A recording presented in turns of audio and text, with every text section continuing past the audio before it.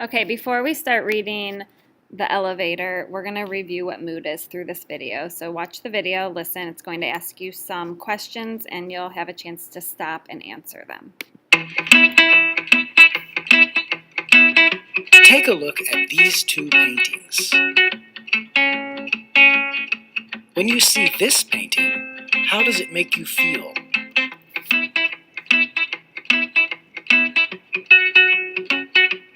Now take a look at this painting. How does it make you feel? The two paintings make you feel differently because each one has its own mood.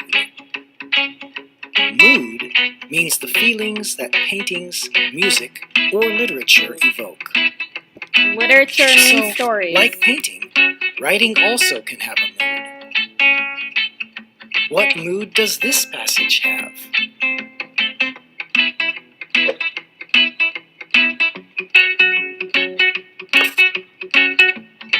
What parts of the passage create that mood?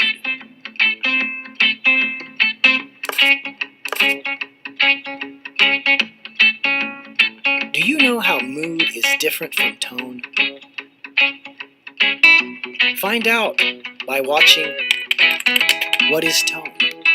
Okay, you will not be watching that video, but we just talked about tone yesterday, so you get me again. Tone is how the character or author is speaking with their tone of voice. Remember, we talked about how you all get in trouble sometimes for your tone of voice. We did the red hat exercise. So tone is different from mood because mood is how you as the reader of the piece of literature feel after reading.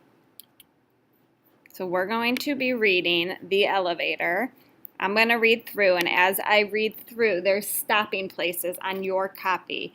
At each of these stopping places, we're going to stop, and you're going to identify the mood of that section with an emoji. So you're going to choose which emoji best suits the mood. Now be careful, because when I was doing this activity, I was tempted to put the mood of the character, but that is not what mood is. Mood is how the reader feels at this point in the story, and you're going to highlight what words, just as that video did, or circle, whatever you prefer, it's your piece of paper, which words help create that mood. So this story is called The Elevator by William Slater, and I'm going to do my best to sound like a fancy story reader and to create the mood with my voice as well. It was an old building with an old elevator, a very small elevator, with a maximum capacity of 3 people. Martin, a thin 12-year-old, felt nervous in it from the first day he and his father moved into the apartment. Of course, he was always uncomfortable in elevators, afraid they would fall, but there was something especially unpleasant about this one. Perhaps it was the baleful atmosphere due to the light from the single fluorescent ceiling strip, bleak and dim on the dirty walls. Perhaps the problem was the door, which never stayed open quite long enough and slammed shut with such ominous clanging finality. Perhaps it was the way the mechanism shuddered in a kind of exhaustion each time it left a floor, as though it might never reach the next one. Maybe it was simply the dimensions of the contraption that bothered him, so small that it felt uncomfortably crowded, even when there were only one other person in it. Coming home from school the day after they moved in, Martin tried the stairs, but they were almost as bad, windowless, shadowy, with several dark landings where the light bulbs had burned out. His footsteps echoed behind him like slaps on the cement, as though there was another person climbing, getting closer. By the time he reached the 17th floor, which seemed to take forever, he was winded and gasping. Okay, let's stop here. Reminder, you're going to put an emoji for what the mood is, what you are feeling at this point based on the word choice of the author. And then after you put your emoji, go back into this section of the reading and highlight what words, what phrases, what sentence helps that mood be created. And we're back. Picking up with his father. His father, who worked at home, wanted to know why he was so out of breath. "But why didn't you take the elevator?" he asked, frowning at Martin when he explained the stairs. "Not only are you skinny and weak," his expression seemed to say, "but you're also a coward." After that, Martin forced himself to take the elevator. He would have to get used to it, he told himself, just the way he got used to being bullied at school and always would picked last when they chose teams. The elevator was an undeniable fact of life. He didn't get used to it. He remained tense in the trembling little box, his eyes fixed on the numbers over the door that blinked on and off so haltingly, as if any moment they might simply give up. Sometimes he forced himself to look away from them, to the emergency stop button or the red alarm button. What would happen if he pushed one of them? Would a bell ring? Would the elevator stop between floors? And if it did, how would they get him out? Okay, stop again, emoji, and highlight. Okay, we're back. That was what he hated about being alone in this thing, the fear of being trapped in there for hours by himself. But it wasn't much better when there were other passengers. He felt too close to any rider, too intimate, and he was always very conscious of the effort people made not to look at one another, staring fixatedly at nothing. Being short in the situation was an advantage, since his face was below eye level of adults, and after a brief glance, they ignored him. Until the morning, the elevator stopped at the 14th floor, and the fat lady got on. She wore a threadbare green coat that ballooned around her. Her ankles bulged above dirty sneakers. As she waddled into the elevator, Martin was sure he felt it sink under her weight. She was so big that she filled the cubicle. Her coat brushed against him, and he had to squeeze into the corner to make room for her. There certainly wouldn't have been room for another passenger. The door slammed quickly behind her, and then, unlike everyone else, she did not stand facing the door. She stood with her back to the door, wheezing, staring directly at Martin's face. Just at Martin, not at Martin's face. Okay, right here, we're stopped. We should be right at this section. Again, stop, put an emoji, but I'm going to kind of help you out with this one because I saw some really good word choices. The door slammed quickly behind her. Whew, that's creating a mood for me. She's staring directly at Martin. Those would be sections I would highlight. Put your emoji mood, choose your highlighting. Hint, you can use what I did. Okay, we're back. For a moment, he met her gaze. Her features seemed very small, squashed together by the loose, fleshy mounds of her cheeks. She had no chin, only a great swollen mass of a neck, barely contained by the collar of her coat. Her sparse red hair was pinned in the back by a plastic barrette, and her blue eyes, though tiny, were sharp and penetrating, boring into Martin's face. Abruptly, he looked away to the numbers over the door. She didn't turn around. Was she still looking at him? His eyes slipped back to hers, then quickly away. She was still watching him. He wanted to close his eyes. He wanted to turn around and stare into the corner, but how could he? The elevator creaked down to 12, down to 11. Martin looked at his watch. He looked at the numbers again. They weren't even at 9 yet. Stop. There's clearly a mood. Put your emoji. And let's try to differentiate our emojis, not use the same exact one every time. Get creative. Okay, we're back.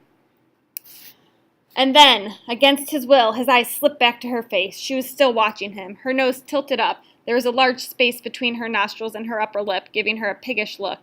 He looked away again, clenching his teeth, fighting the impulse to squeeze his eyes shut against her. She had to be crazy. Why else would she stare at him this way? What was she going to do next? She did nothing. She only watched him, breathing audibly, until the elevator reached the first floor at last.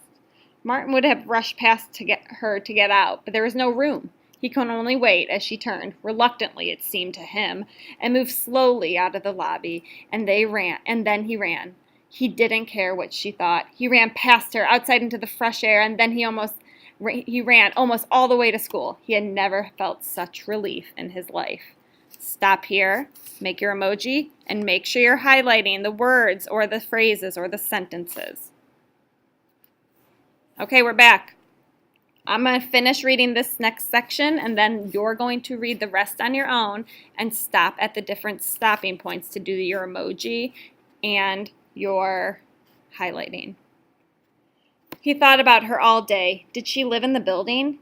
He had never seen her before, and the building wasn't very big, only 4 apartments on each floor. It seemed likely that she didn't live there and had only been visiting somebody. But if she were only visiting somebody, why was she leaving the building at 7:30 in the morning? People didn't make visits at that time of day. Did that mean she did live in the building? If so, it was likely, it was a certainty that sometime he would be riding on the elevator with her again. He was apprehensive as he approached the building after school. In the lobby, he considered the stairs. But that was ridiculous. Why should he be afraid of an old lady? If he wasn't afraid of her, if he let it control him, then he was worse than all the names they called him at school. He pressed the button, he stepped into the empty elevator, he stared at the lights, urging the elevator in. It stopped on 3. At least it's not 14, he told himself. The person she was visiting lives on 14. He watched the door slide open, revealing a green coat, a piggish face, blue eyes already fixed on him as though she knew he'd be there. It wasn't possible. It was like a nightmare. But there she was, massively real. "Going up," he said, his voice a humiliating squeak. Okay, stop, highlight, and you're going to finish the story on your own. But you can continue watching this video because I will highlight which section you should be reading. Stop now. Okay, so you're going to read this next section on your own, from "She nodded her flesh all the way down" to "watching him." Pause and read, and then do your emoji and highlight. Okay, the next section you're reading on your own comes from "unless" all the way down to "very little." I missed it. Where? There, right here. All the way down to "very little." So you're going to read "unless" into "very little." After you read it, come back here, put your emoji, and highlight what words, what phrases, what sentences created that mood. Remember, we're finding mood.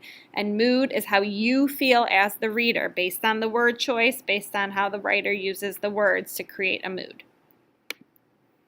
Okay, next section, from "and in the morning" all the way to "away." Same deal. You know the drill by now. Go ahead, read on your own, and put the emoji and highlight the words that create mood. You've almost made it. We're almost at the finish line. I know you guys are so excited to find out what happens.